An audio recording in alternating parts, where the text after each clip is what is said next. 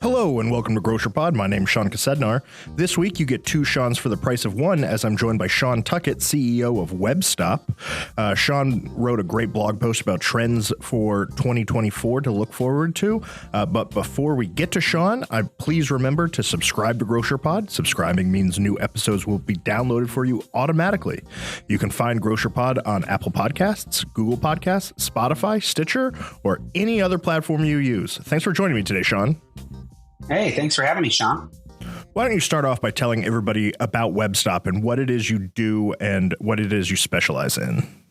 Yeah, so WebStop is a digital agency focused only on grocery retailers. So we have been around for over 25 years, and our focus is helping retailers be more successful digitally. So what does that actually look like? It looks like providing independent and regional grocery stores all across the country websites, digital circulars, email marketing, mobile apps, and then integrations with all the other digital programs that retailers are now running. So, back when we started in the late 90s, you pretty much worked with one provider to do all your digital stuff. Today, most retailers probably average 5 to 10 different digital providers. So we see ourselves as the hub that connects all those together. We're often doing integrations with things like e-commerce companies, digital coupon providers, loyalty providers, and really just making it so that the retailer's shoppers feel like they're getting everything from the retailer and it's not a bunch of disconnected, user-friendly. We want the features to be user-friendly, so we want to make sure everything's organized in a way that really provides that. Back in a previous life, when I first joined AWG, I was on the web team and built a lot of WebStop websites, and it was always super easy to use and set up and very streamlined for the retailer. You mentioned a bunch of integrations. These aren't just obscure companies that you're working with. It's all the big name players, and any company that any of our retailers are using, there's probably a WebStop integration for already. Absolutely. I mean, working with over 2,000 stores across the country, all grocery stores, all regional or independent grocery stores, we pretty much have done an integration with just about everybody in that space. So whether it's e-commerce or loyalty or digital coupons or hiring or email, I mean, you name it, we've probably done the integration. All right, let's get to this blog post. Start by telling me about digital deal hunting. That was the first trend that you listed. What is digital deal hunting and why do retailers need to be aware of it? Yeah. So as we're coming out of 2023, going into 2024, the hot kind of topics and different things that people are talking about are, what's going to happen this year? What are grocers going to be facing? What are retailers going to be dealing with? How can I best set up my stores to engage shoppers? And so one of the very first things that we keyed in on is that there's going to be a lot of digital deal hunting going on. And when we talk about digital deal hunting, what we're talking about is using digital channels to find the savings that grocery stores offer. So, for over 100 years, grocers have put out their weekly ads. It's the number one way that they connect with shoppers on a weekly basis. But we got to make that available digitally. So digital circulars, still the highest trafficked feature on grocery websites, continue to get more robust. That is one place that shoppers are going every week, sometimes multiple times a week to look for deals. But that's not the only place. I mean, coupons.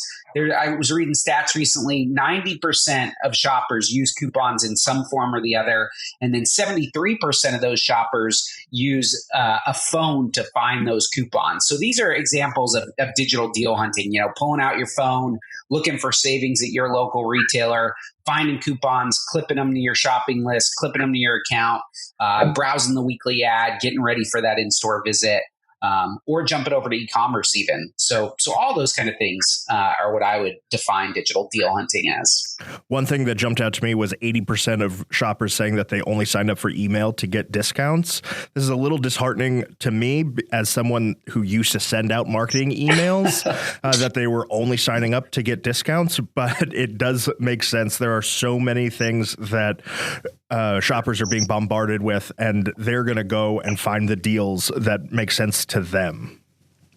Yeah, absolutely. I mean, the fact of the matter is, there's always the talk of, hey, you should use text messages. You should use push notifications. Shoppers love those things. they may love them from their friends. They may love them from their, family. I don't know if they always love them from retailers. So, we got to think about what are we putting in these? What are we doing to make these communications valuable to the shopper?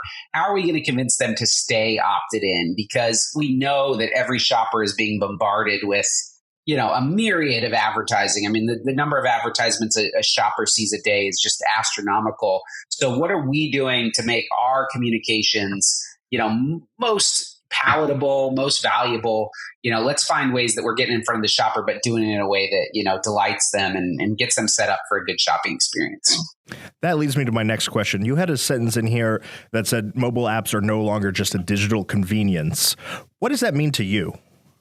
So I think, if you look back, I think it was around 2008 that the iPhone debuted. So, we're looking at, mobile apps really became just the focus and became, a really center point in the development world, and then a center point in shoppers' lives shortly after that. But at first, I think a lot of retailers kind of just saw it as a checkbox.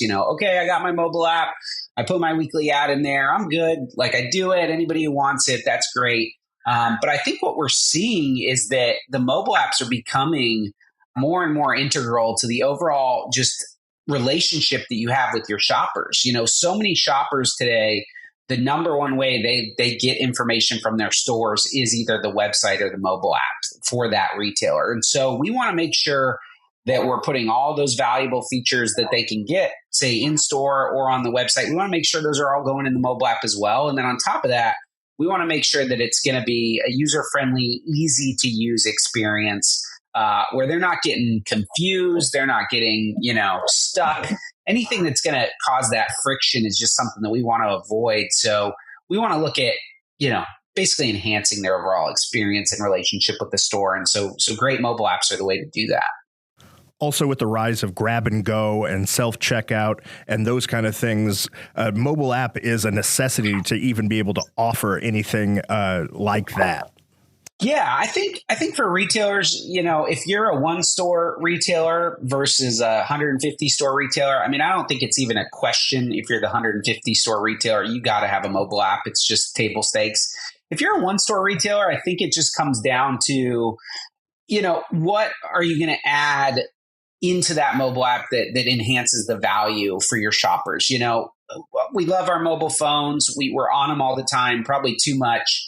But does everybody need to have an app from their grocer? If it's something that all they're going to be doing is doing the exact same thing they would be doing over on the grocer's website, then sometimes I would say, hey, pump the brakes a little bit. Let's make sure this investment's worth it. But if you're running an active digital coupon program, if you're running a loyalty program, those are the type of things that are going to draw that traffic back every, multiple times a week. So in that case, the mobile app really does become a bedrock of that communication. Especially now in 2024, when websites are automatically optimized for mobile. Back in 2016, when I was creating websites, it was something you had to be very intentional about. And a lot of websites looked pretty terrible on mobile devices.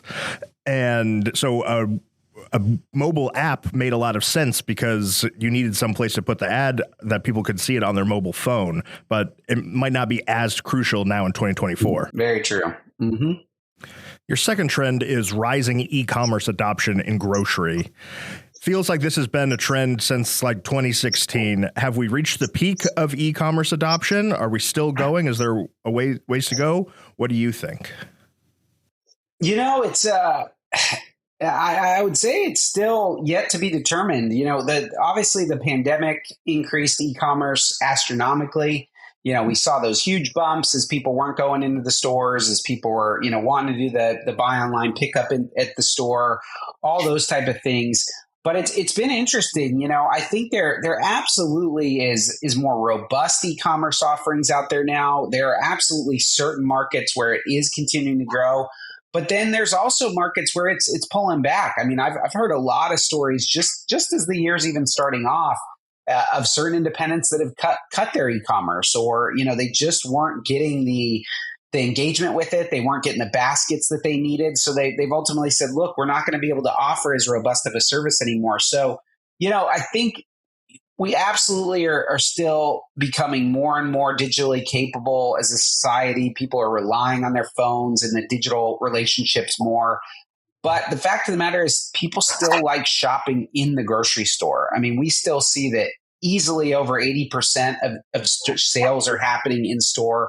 I read the stat earlier that said that 82% of shoppers make purchase decisions while they're in store, which is kind of obvious because they're walking the store. How are they not going to be making decisions? But e-commerce, I think it's not going away. I think we're definitely going to see it continue to increase. But I think grocery is still one of those unique, industries where in-store is not declining at the rate it is for certain other industries. When you look at electronics, when you look at apparel, footwear, all those type of things, that the e-commerce numbers are just, extremely high compared to the in-store. But with grocery, we're still looking at, 10 to 20% max for that e-commerce. So I think it's something to continue to keep an eye on. I think you need to make sure that you are prepared for it, that you have a capability for it. But I wouldn't say I'm one of those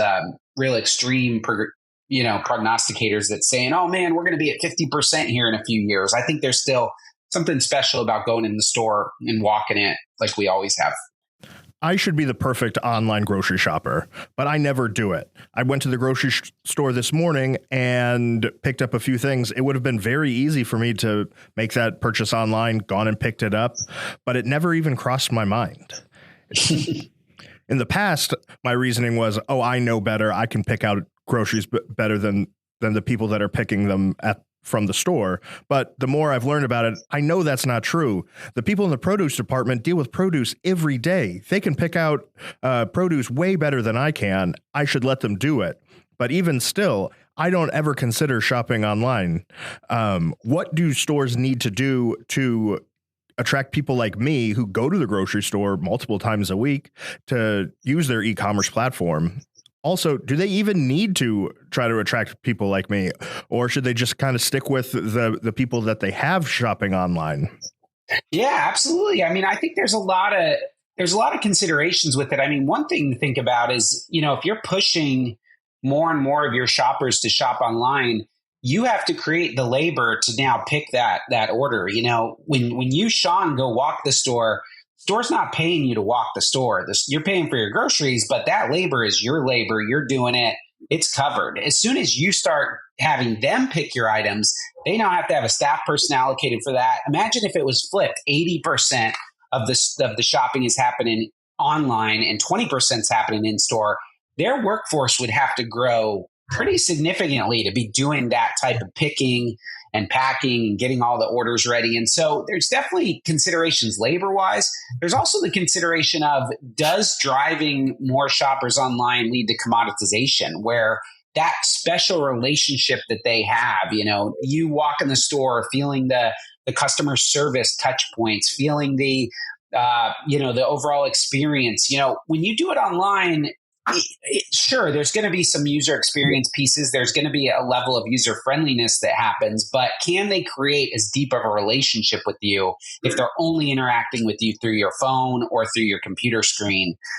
So that's another piece to think about. And then I guess the other thing I always think about with e-commerce is, and this is just from some of my personal experience with Instacart and some of the other services, and then also just talking to friends, it's not cheap to do e-commerce. If you look at a typical e-commerce order from some of the bigger players out there, the Instacarts and some of those, they're adding a 10 to 20% markup to the order. So, for the average shopper who, over the past few years has had some struggles economically, and now it seems like we're getting a little better with that. There seems to be some, sunlight peering through the clouds. It seems like economically we're going to be doing a little bit better in 2024, but not everybody can afford that extra 20% for their groceries. And so that's another thing, that how many shoppers are just basically, pushed aside because they can't afford that extra piece. So I think the in-store is absolutely critical to your shopper relationships. And I would not say I expect a real big shift. I mean, I think e-commerce is not going anywhere, but I don't know if it's going to be any kind of big jump over the next few years. I'm with you. You have to offer e-commerce. It's table stakes. You have to have it. It's 2024. You can buy everything else online. So you need to be able to offer, people the opportunity to buy groceries. But I think this leads directly into your last point, the rise in integration of technology in the in-store experience.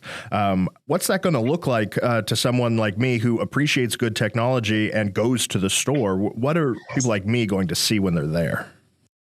Yeah. So, this comes back to what can retailers do to influence their shoppers? What can they do to engage with their shoppers while the shopper is actually walking the aisles? So, when you think about the different displays that can be set up, digital displays, print displays, all those kind of things, they can be used for, promotional activity. They can be used for brand awareness. They can be used for wayfaring, where you're just helping people figure out how to get around the store, all that type of stuff. But in the past, it was definitely print signage. That was what you were going to see the most, end cap displays, all those type of things. But now we're beginning to see more and more of those digital displays in store. They do cost more up front. I mean, it can take years to pay back the cost of a digital display. But in the long term, being able to change out ads on those, being able to change out promotions, I mean, there can be some real efficiencies versus having to get your local printer or whoever's doing your printing for you to print out a bunch of new signs, things like that. So I think, digital display usage, just getting the right kind of promotions to pop up to do that, shopper influencing, we talked about that 82% of shopper decisions being made in store. So, as a retailer, I think you're always looking for ways that you can be offsetting some of your costs by getting more, CPG revenue coming in, CPG advertising. So what can stores be doing, to set up different opportunities for the CPGs in store to be able to bring like those retail media offers down to a store level? So literally, as I'm walking the aisles, is it possible that I can see a personalized ad? We're a millennial family. I've got an 8-year-old and a 6-year-old. My wife and I are always kind of thinking about health. How can we make smart decisions? So we'll do things like go gluten-free on some items. We'll look for, items that have less of a long processed ingredient list. We'll look for more of those whole foods. So can I see ads popping up that center around that type of shopping decision? Versus, just seeing the primary big national offer that everybody's seeing. I think digital gives us the opportunity to be more personalized, and that is absolutely starting to pop up more in store than just when you're, on the internet or on your phone. One thing that comes to mind in 2024 that retailers have to be looking into is the next thing that they need to have is electronic shelf tags. And oh, yeah. And those can be so beneficial to retailers. Forget the customer for a second, just all of the labor time that it saves being able to automatically update pricing on the shelf without having to go and change out each and every tag. And that's before we even get to the ability to do dynamic pricing, throughout the day and what that means to your sales. It just means so much to your workforce and being able to allow them to do other stuff when they're not, changing out shelf tags. Yeah, I don't think the average shopper ever thinks about how much work has to go into getting all those pricing labels underneath every item and things like that. I remember getting into grocery, in the last 15, 20 years and having some veterans at WebStop talking me through, oh yeah, like every night they're going through and they're pulling out all the old pricing and they're sticking in the new labels. And then it's just like, whoa, like you don't even think about all that. If you could have little displays that can in real time change pricing. So, you're having produce that's going to go bad. So, hey, let's discount that produce down. Let's get it at a better price so we get moving it before we have to throw it all out. Things like that just aren't possible if you have to wait until the resets, printing out new labels. I mean, digital shelf labels is such a huge benefit, not only for the labor savings, but like you said, also just for the flexibility in terms of being able to set that dynamic pricing. Those are really great trends. Where does WebStop fit in all of these?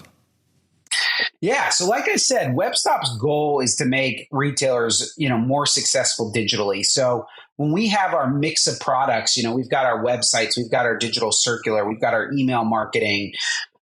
What we are trying to do is set the stores up to have better relationships with their shoppers. So how can we take the features that we've been offering, for 15, 20 years, things that used to be, I would say kind of bells and whistles, not necessarily, requirements, but just more add-on benefits or things that the more advanced stores did. I mean, we're in 2024 now. You have to have a strong digital presence. It's going to be the primary way that most of your shoppers interact with you when they're not in the store. And so how do we bring those features together more effectively? So like, for example, we've got a AWG supplied retailer, Harps Foods, down in Arkansas and some of the surrounding states. We recently integrated digital coupons right into their weekly ad. So now when you browse that digital circular online, you're not only going to see the weekly ad sale prices, you're also going to see relevant digital coupon offers right next to those weekly ad items. So now you can not only see the items on sale, but you can get a digital coupon that's going to actually enhance your savings even more. And the key thing there is, shoppers may say, or, people who don't work in this industry may say, well, what's the big deal? The gallery of coupons is right there. Like, shoppers who want it are going to go find it. That's just not true. To go through 150, 200 coupon offers to find the ones that are most relevant, shoppers don't have time to do that. So what we're trying to do at WebStop is we're trying to place this value in the most convenient places for shoppers to find it. So bringing those digital coupons into the weekly ad is a no-brainer. Also looking at things like when you think about email marketing, how do we begin to allow the shopper to pick the type of email communications they want? How do we let shoppers decide, this is how I want to hear from you? And they can tell us, and then we can set them personalized email settings so that just because the weekly ad email goes out, normally on Wednesdays at 10, doesn't mean that we have to receive it at that time. If it's better for us to receive it later in the day, if it's better for us to receive it, a reminder later in the week, our email technology is now allowing us to do things like that too. So it's just creating more of that personalized experience so that our values, the things that we care about most in terms of how we relate to the store, it can be targeted to us. It doesn't just have to be, hey, this is a one size fits all.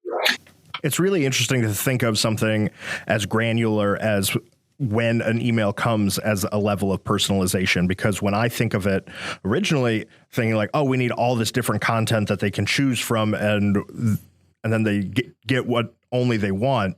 But that requires us to make a whole bunch of content when really we could just focus on something as simple as when emails arrive in inboxes.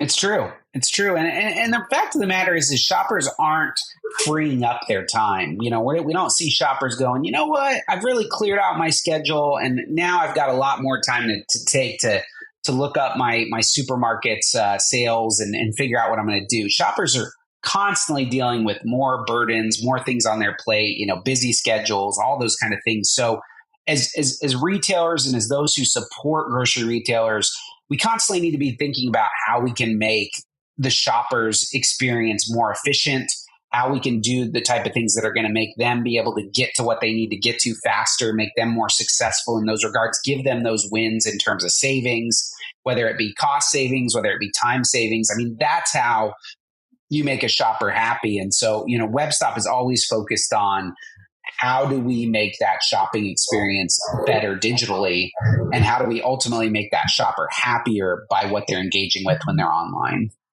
Awesome. I think we'll leave it there. Shawn, thanks for joining me today. No, absolutely. This was great. And if any of our retailers are interested in learning more, what should they do?